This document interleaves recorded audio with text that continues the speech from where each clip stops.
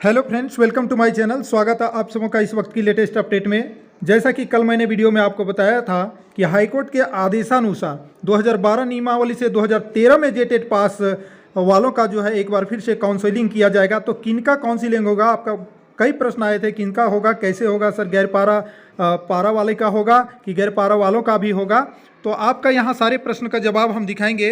और सबसे पहले आपको हम ये लेटर को दिखाएंगे, उसके बाद बात करते हैं। लेटर में सबसे पहले हमको एक ही पॉइंट दिखाना है, ज़्यादा कुछ नहीं।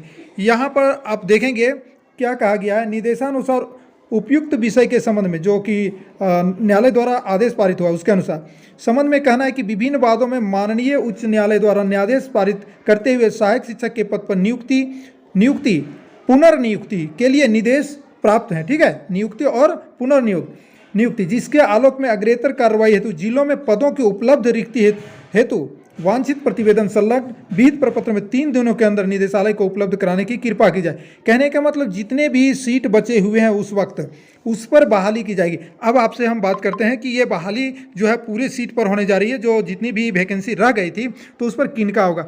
तो ये जो हाईकोर्ट हुआ है, ये हाईकोर्ट जो है यहाँ पे पारा शिक्षक लोग किए थे और इस आधार पर किए थे कि जब गैर पारा कोटि में या फिर गैर पारा कोटि में जो है गैर पारा शिक्षकों का उनसे कम नंबर होने के बावजूद भी उनका जो है सिलेक्शन कर लिया गया था और जब वैकेंसी बच गई सरकार ने आगे जो है काउंसलिंग की प्रक्रिया रोक दी, आगे नियुक्ति रोक दी गई। और ऐसे में अब ये हाईकोर्ट कर दिए कि जो वैकेंसी रहने के बावजूद भी हम कहीं उनसे अधिक नंबर लाके बैठे हुए हैं तो हमारी नियुक्ति क्यों नहीं हो सकती है। हम पारा शिक्षक हैं, हमारी गैर पारा कोटि में अन्य जिलों में बहाली हुई है तो हमारी बहाली उस पद पर जो वैकेंसी है उस पर क्यों नहीं हो सकती है। तो इसको लेकर के उन लोगों ने केस किया और हाईकोर्ट का आदेश आने के बाद हाईकोर्ट अब उन रिक्तियों के ब्यौरा सभी जिलों से मांग लिया है। और मांगने के बाद अब क्या होगा कि उनमें जो है आपका कहना है कि क्या तो उसमें गैर पारा वाले भी भर पाएंगे। देखिए इसमें ये क्लियर नहीं किया गया, बट सभी वैकेंसी को मांगा गया है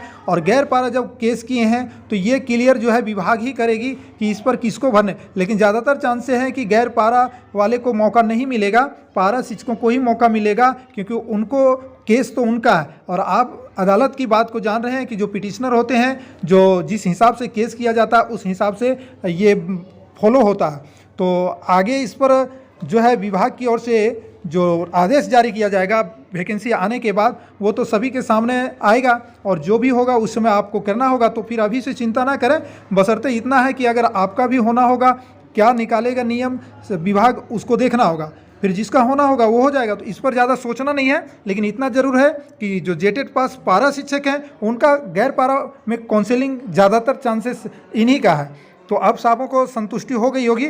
अब रह गया कि 2016 वालों का क्या होगा। तो हाईकोर्ट में सुनवाई देखिए इस माह 28 नवंबर को होने वाला है और अगर उस सुनवाई में कहीं कुछ पॉजिटिव आता है तब कहीं चांसेस है सहायक चार्ज पर, लेकिन अभी कुछ नहीं कहा जा सकता है। हाईकोर्ट कैंडिडेट के फेवर में बहुत ही कम नज़र आता है, लेकिन हाईकोर्ट जो है न्यायपूर्ण तरीके से ही फैसला सुनाती है, इसलिए फैसला का इंतजार आपको करना ही होगा। फैसला जब आएगा तभी इस पर कुछ स्पष्टीकरण किया जा सकता है, ऐसे बोल करके फ़ायदा नहीं है। तो अब आप समझ गए होंगे, आपके प्रश्न नहीं आने चाहिए जहाँ तक हो सकता है। तो वीडियो को लाइक करें, शेयर करें, चैनल पर नए हैं तो सब्सक्राइब कर लीजिएगा। जय हिंद, वंदे मातरम।